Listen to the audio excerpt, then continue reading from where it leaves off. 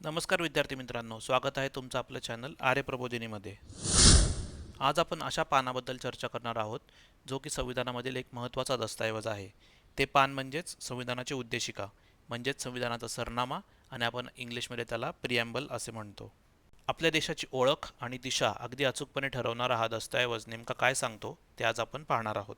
26 November 1949 रोजी स्वीकारलेला हा मूळ दस्तऐवज खऱ्या अर्थाने कोट्यावधी भारतीयांच्या आशा आणि आकांक्षांचं एक शक्तिशाली प्रतिनिधित्व करतो.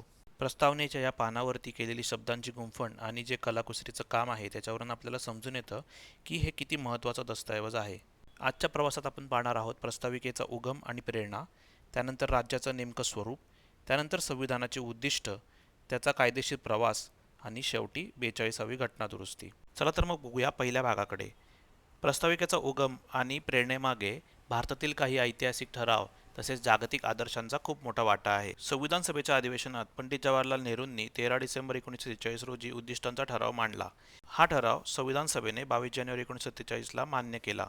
त्यानंतर आपलं संविधान 24 नोव्हेंबर 1949 रोजी अधिकृतपणे स्वीकारलं गेलं आणि त्याचे अंमलबजावणी 26 जानेवारी 1950 रोजी झाली. या तीनही तारखा अतिशय महत्त्वाच्या आहेत आपल्या परीक्षेच्या दृष्टीने. हे झाले ऐतिहासिक ठराव. आता जागतिक आदर्श म्हणजे कोणते कोणते? उद्देशिकेची मूळ संकल्पना ही अमेरिकेच्या संविधानावरून घेण्यात आलेली आहे.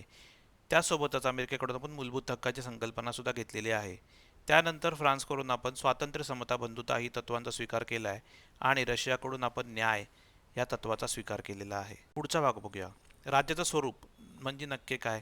तर संविधानाची जी आपली प्रस्तावना आहे ते आपल्या राज्याचं नक्की स्वरूप समजावून सांगतं. या पहिल्या स्वरूपाची सुरुवात होते त्या एका अत्यंत वजनदार शब्दाने, जो की आहे सार्वभौम म्हणजेच सोवरीन. याचा सरळ अर्थ असा की भारताचा स्वतःवर पूर्ण आणि स्वतंत्र अधिकार आहे. आपले अंतर्गत आणि बाह्य निर्णय घेण्यासाठी भारत कोणत्याही परकीय सत्तेवर अवलंबून नाहीये आणि कोणाच्याही नियंत्रणाखाली नाहीये. त्यानंतरचा पुढचा शब्द आहे म्हणजे प्रजासत्ताक म्हणजेच रिपब्लिक. ब्रिटनमध्ये जशी आजही राजेशाही आहे तसे भारतात नाही. तिथे आपला राष्ट्रप्रमुख, आपले राष्ट्रपती लोकांद्वारे निवडले जातात. हे पद वंश परंपरेने चालत आलेलं नाहीये. थोडक्यात सांगायचं तर सर्वोच्च सत्ता ही खऱ्या अर्थाने लोकांच्याच हातात आहे. भारताची भक्कम ओळख अजूनही 3 शब्दांनी पूर्ण होते.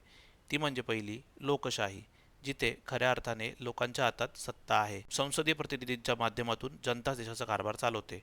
दुसरी म्हणजे समाजवादी, जिथे संमिश्र अर्थव्यवस्थेचा वापर करून सर्वांचं भलं साधलं जातं.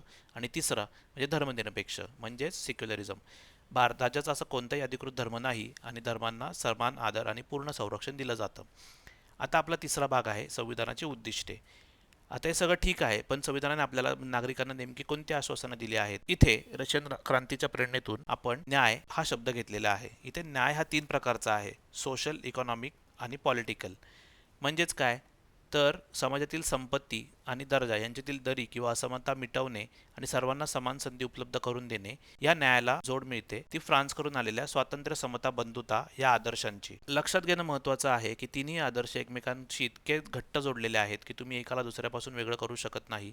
समतेशिवाय स्वातंत्र्य असू शकत नाही आणि बंधुतेशिवाय दोन्ही टिकू शकत नाहीत. आता येते एक पुढचा आपला इंटरेस्टिंग पार्ट, म्हणजे प्रस्ताविकेने पार पाडलेला कायदेशीर प्रवास. या दस्तऐवजाला स्वतःची ओळख सिद्ध करण्यासाठी न्यायालयाचे उंबरठे झिजवावे लागले होते.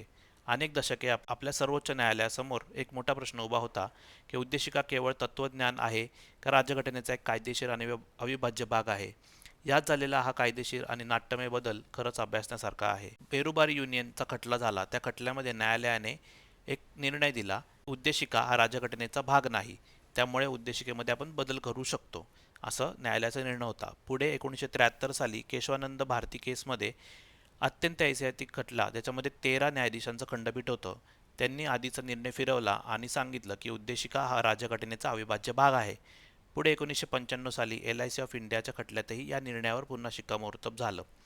आता या कायदेशीर मान्यतेनंतरच उद्देशिकेमध्ये पहिला आणि एकमेव बदल झाला, तो म्हणजे 42वी घटनादुरुस्ती. वर्ष होतं 1976.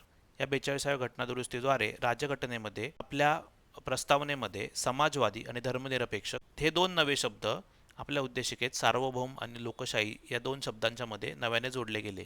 तसेच राष्ट्राची एकता या शब्दाची व्याप्ती वाढवून तिथे राष्ट्राची एकता आणि एकात्मता असं करण्यात आलं. याच बदलातून आज आपण जी वाचत आलेली उद्देशिका तयार झालेली आहे.